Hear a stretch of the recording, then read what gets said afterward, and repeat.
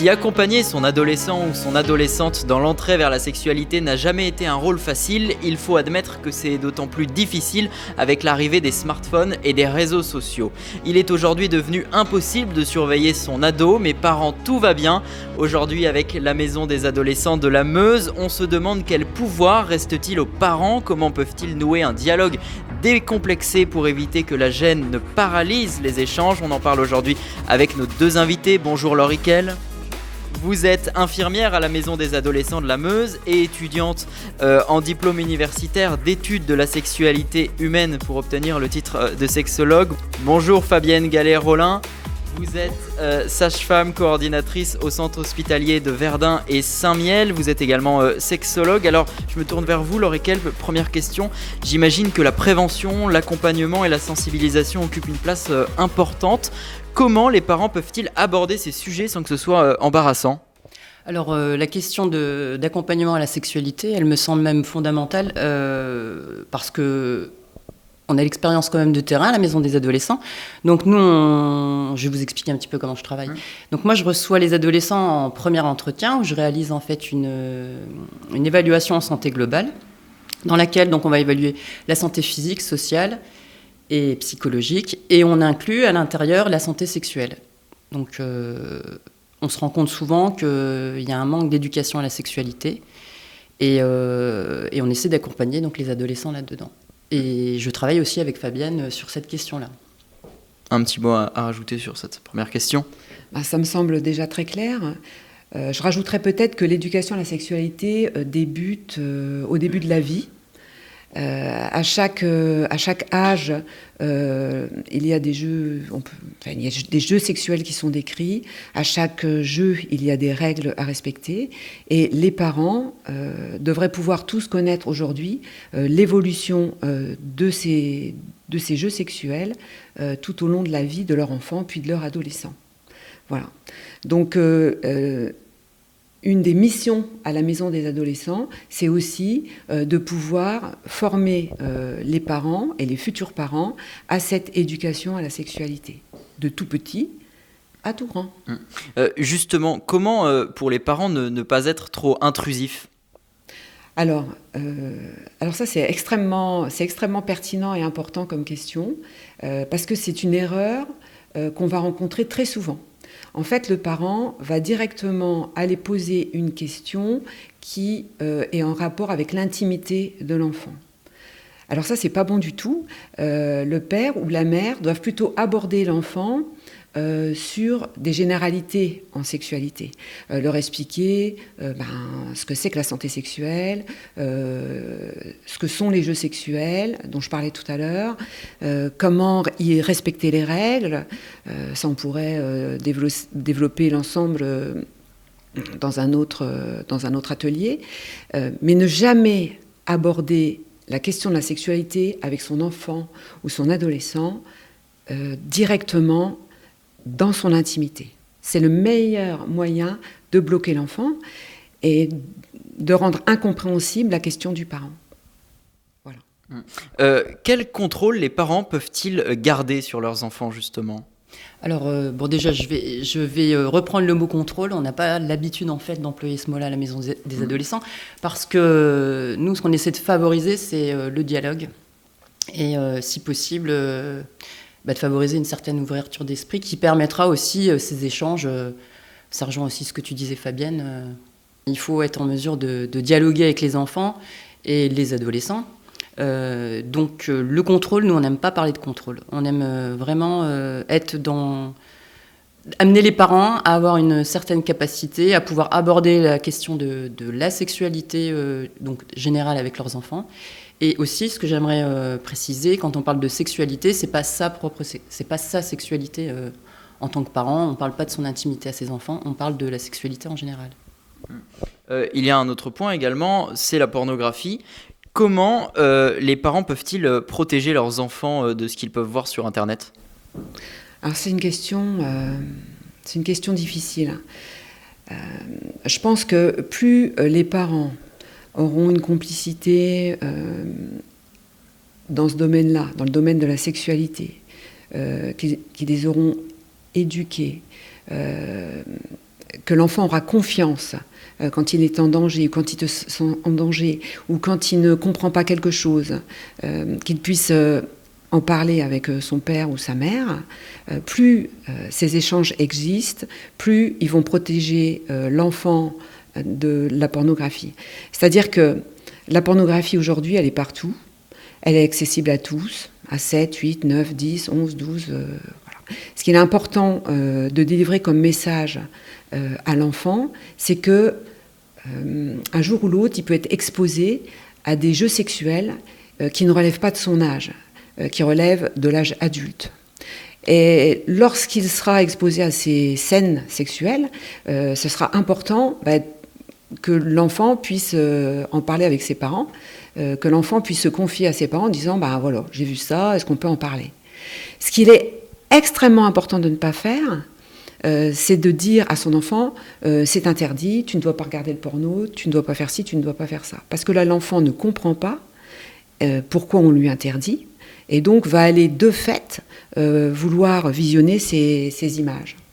De la même façon, ce qu'il est important, dans la même veine de ce que je disais tout à l'heure, de dire à son enfant, c'est de lui expliquer les impacts du porno, de la visualisation de ces scènes pornographiques sur toute sa personne et sur sa sexualité à un âge qui n'est absolument pas adapté. Donc ça c'est important, apporter des connaissances à l'enfant pour qu'il puisse comprendre ce qui fait que c'est dangereux pour lui de regarder ces images. D'ailleurs, est-ce qu'il y a une façon de savoir si son enfant est addict ?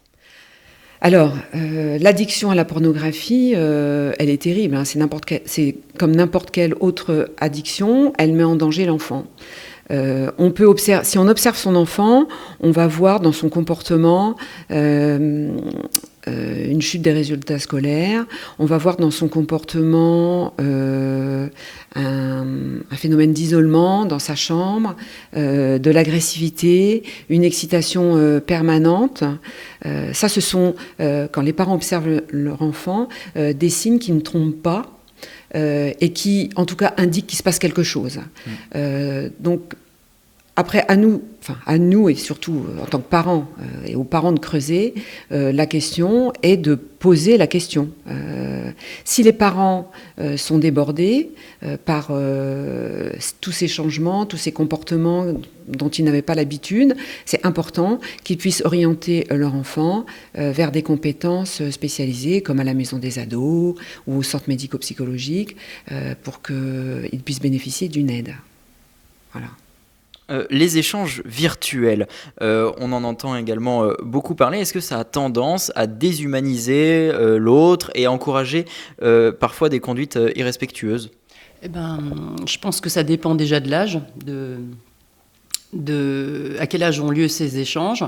Je pense aussi que ça dépend aussi de la qualité de la relation qui existe entre les adolescents. On peut pas faire de généralité. Je pense que le problème n'est pas le même quand on a 20 ans, qu'on est dans une relation sérieuse. Voilà, ça fait partie d'échanges de photos, ce sont des jeux sexuels d'adultes finalement. Mais si le respect est là, si le consentement est respecté, je pense que c'est peut-être moins choquant que si ça a lieu à l'âge de 12 ans. Et que ces photos s'échangent en contrepartie de quelque chose, ou parce que la jeune fille ou le garçon a un moyen de pression. C'est pas du tout la même chose en fait. Oui, effectivement. Moi je pense que le danger des jeux virtuels, il est là. On reçoit des jeunes garçons, des jeunes filles qui font des échanges de photos, des nudes, etc., etc. Alors ça pose aussi plusieurs problèmes. C'est que effectivement, ils n'ont absolument pas conscience que ces photos envoyées via le net ne peuvent être retirées du net, que ces photos, comme le disait Laure, sont marchandées, que ces photos servent de motifs à harcèlement, et ces photos ne sont pas le résultat d'une relation vraie. Et donc nos jeunes, enfin qu'on soit parents ou qu'on soit éducateurs à la maison des ados ou ailleurs, cette prévention-là, elle est extrêmement importante. Mais vers 7-8 ans, le virtuel existe très tôt. Vers 4-5 ans, les jeunes sont sur des tablettes. Très tôt, il faudra leur expliquer pourquoi l'échange de photos, les discours que sur le net, les échanges que sur le net peuvent être mauvais pour établir des relations saines. Voilà. Et qui plus est, quand on a échangé très longtemps via le net, on a très peur d'échanger dans la réalité. On a peur d'approcher l'autre, et en sexualité, c'est quand même compliqué de faire l'amour via les écrans. Une autre question que je vais vous poser à toutes les deux. Est-ce qu'il y a un âge pour autoriser son ado à avoir ses premières relations ? Je pense que... Alors déjà, il faut déjà être en dialogue avec son adolescent pour pouvoir savoir si il est sur le point d'avoir sa première relation sexuelle. Je pense donc il y a la loi qui dit que un jeune dispose de son corps à partir de 15 ans, mais au-delà de ça, je pense aussi qu'il y a une question de maturité, d'avoir suffisamment de capacité d'analyse par rapport au type de relation qu'on a, si on se sent prêt aussi pour avoir ces relations sexuelles, quel type de relation sexuelle, le rapport sexuel classique, les fellations, tout ça ne sont pas tout à fait les mêmes choses, mais déjà il faut pouvoir être en capacité de dialoguer avec son enfant pour savoir qu'est-ce qui va se passer, quoi. Moi, j'ajouterais être prêt à avoir une première relation sexuelle ou faire l'amour pour la première fois. Ça suppose une préparation qui n'est absolument pas délivrée dans notre société aujourd'hui. Ça suppose avoir toutes les connaissances sur son propre corps, sur le corps de l'autre, et sur le fonctionnement érotique du garçon et de la fille. Donc ça, c'est absolument pas expliqué aujourd'hui dans notre société. Le deuxième élément fondamental, c'est d'avoir, non pas d'être forcément amoureux pour faire l'amour la première fois, mais avoir quand même une confiance en soi et une confiance en l'autre. En fait, une première fois, ça doit se faire dans un climat de confiance. Et c'est pas parce qu'on est amoureux qu'on est dans un climat de confiance. Voilà. Et enfin, le troisième élément, avoir les connaissances, avoir confiance, mais aussi bien connaître son propre corps. Alors pour les garçons, ça ne pose quasi jamais de problème. Ils ont bien exploré l'ensemble de leur corps et notamment leur partie génitale.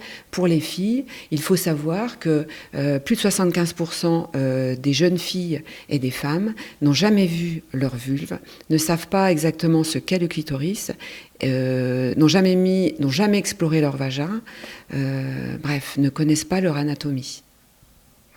Très bien. Merci à toutes les deux d'avoir été avec nous pour cet épisode de Parents, tout va bien. Laure Ekel, je rappelle que vous êtes infirmière à la Maison des Adolescents de Meuse, et Fabienne Gallet-Rollin, vous êtes sage-femme et sexologue au centre hospitalier de Verdun-Saint-Mihiel. Merci à toutes les deux.